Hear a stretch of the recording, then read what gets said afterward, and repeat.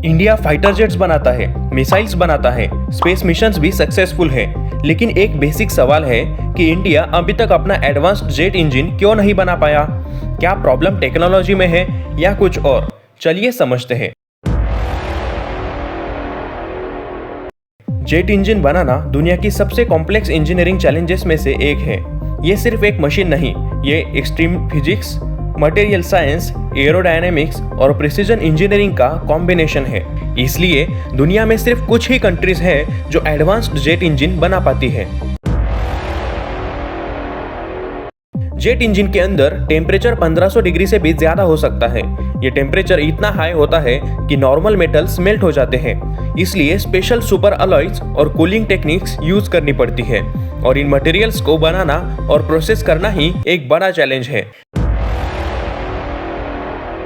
Jet engine के अंदर blades और पार्ट्स एक्सट्रीमली हाई स्पीड पर रोटेट करते हैं, थाउजेंड्स ऑफ रिवॉल्यूशंस पर मिनट।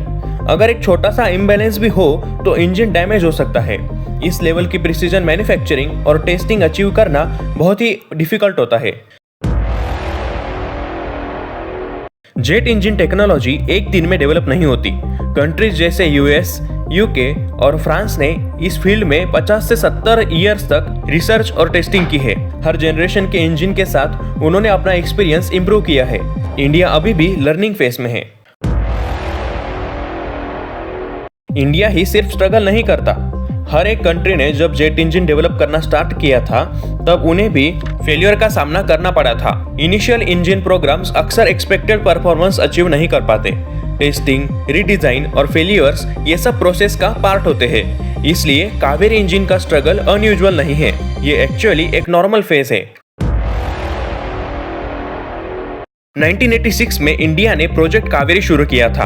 टारगेट था तेजस को इंडिजिनस पावर देना, लेकिन 40 साल बाद भी ये तेजस में नहीं लग पाया। क्यों? पहली बात, thrust to weight ratio. Kaveri engine का वेट ज्यादा था और थ्रस्ट कम। जितना आईएएफ को चाहिए था ये उतना पावर प्रोड्यूस नहीं कर पाया। Second, testing facilities. इंडिया के पास हाई एल्टीट्यूड टेस्ट बेड्स नहीं थे। हमने अपने इंजन टेस्टिंग के लिए रशिया भेजना पड़ता था, जिसमें सालों निकल गए। Third, sanctions. 1998 के न्यूक्लियर टेस्ट के बाद वेस्टर्न कंट्रीज ने टेक्नोलॉजी देनी बंद कर दी थी और काफी सारे सैंक्शंस लगा दिए, जिससे मटेरियल्स की रिसर्च रुक गई। हमारी असली उम्मीद है एमका मार्क II। इसके लिए हम फ्रांस की कंपनी सैफरन के साथ को डेवलपमेंट की बात कर रहे हैं। को डेवलपमेंट का मतलब है कि हम साथ मिलकर नया इंजन बनाएंगे, जिसका IPR मतलब इंटेलेक्चुअल प्रॉपर्टी राइट्स इंडिया के पास होगा। इसका मतलब है कि हम इंजन आगे चलकर खुद बना पाएंगे और एक्सपोर्ट भी कर पाएंगे। उसके 100% राइट्स हमारे पास होंगे। 2030 या 32 तक इंडिया के पास एक एडवांस्ड और परफेक्ट इंजन बना होगा। साथ ही कावेरी इंजन बिल्कुल वेस्ट नहीं हुआ। उसका ड्राई वर्जन हमारे घातक ड्रोन्स को पावर करेगा। जेट इंजन किसी भी फाइटर एयरक्राफ्ट का हार्ट होता है। अगर इंजन अपना हो तो कंट्री को ज्यादा कंट्रोल, इंडिपेंडेंस और फ्लेक्सिबिलिटी मिलती है। गोल ये है कि ग्रेजुअली इंडिया अपनी इंजन टेक्नोलॉजी को इंप्रूव करे। इंडिया जेट इंजन नहीं बना पाया क्योंकि ये सिर्फ साइंस नहीं, एक इंडस्ट्रियल इकोसिस्टम की जंग है। लेकिन आज हम बेहतर पोजीशन में हैं। प्राइवेट कंपनीज जैसे गोदरेज और टाटा अब इसका हिस्सा बन रहे हैं, और जब इंडिया अपना एडवांस जेट इंजन डेवलप करेगा तो ये एक मेजर माइलस्टोन होगा।